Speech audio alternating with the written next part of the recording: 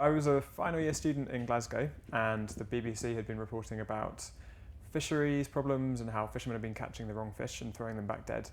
And some of the responses were that the law had changed, the tools hadn't really changed to meet the need.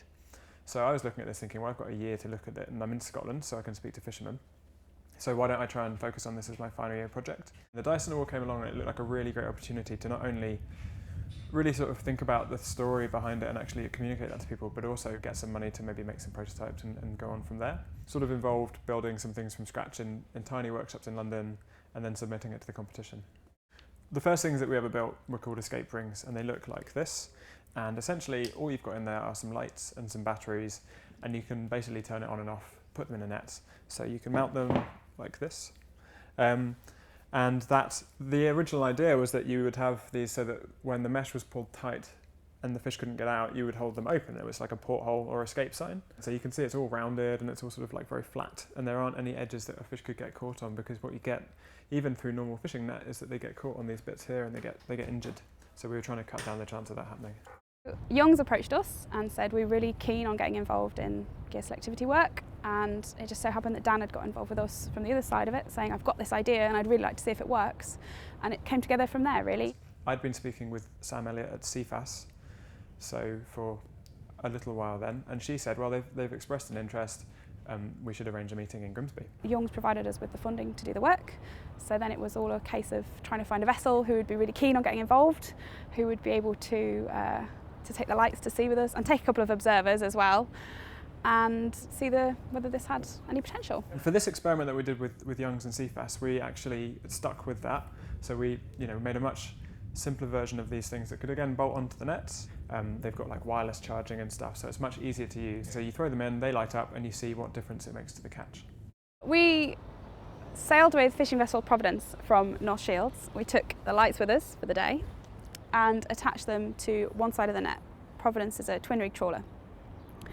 The best thing about twin rig trawling is that we can change one trawl the way that the gear fishes and leave another side the same. So it's the standard trawl versus the experimental trawl.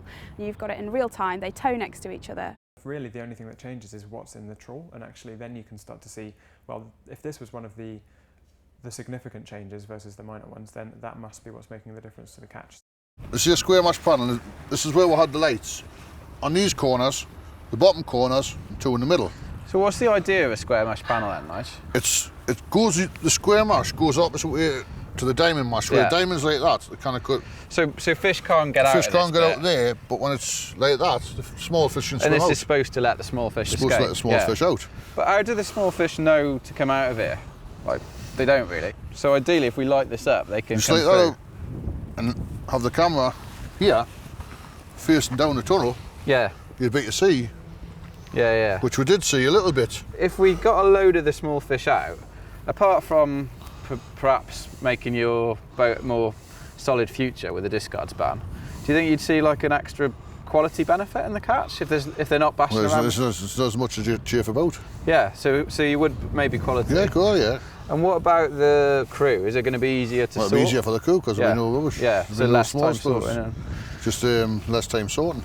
If it was made easy, if you could just say, when you roll the net on, just plug something in and go, leave it, come back the next day, you'd be willing to give that sort of thing a go? Yeah, just go anything to try for conservation, that's no problem, that. The feedback from the first set of trials was brilliant and really useful, particularly from the skipper, from the fishermen. So we've learned all sorts of things about usability that we can now design into the next round. And we've got a second prototype coming out in about 3 weeks, which has taken a lot of that into account, so we're really excited to see it.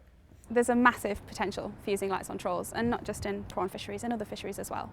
There is work out there that shows that fish interact with lights, but there isn't a lot of work out there in using light to improve gear selectivity, although it's starting to show. People are starting to catch on. I think this is it has a future. There's so much potential. We really need to find out more, because it could be such a simple way of improving selectivity.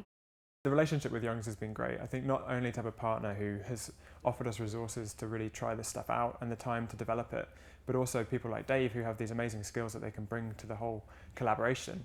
But more than all of that is the trust to actually go and do this in a responsible way. And the fact that they really want it to work has been phenomenal. So we're really glad to be part of it.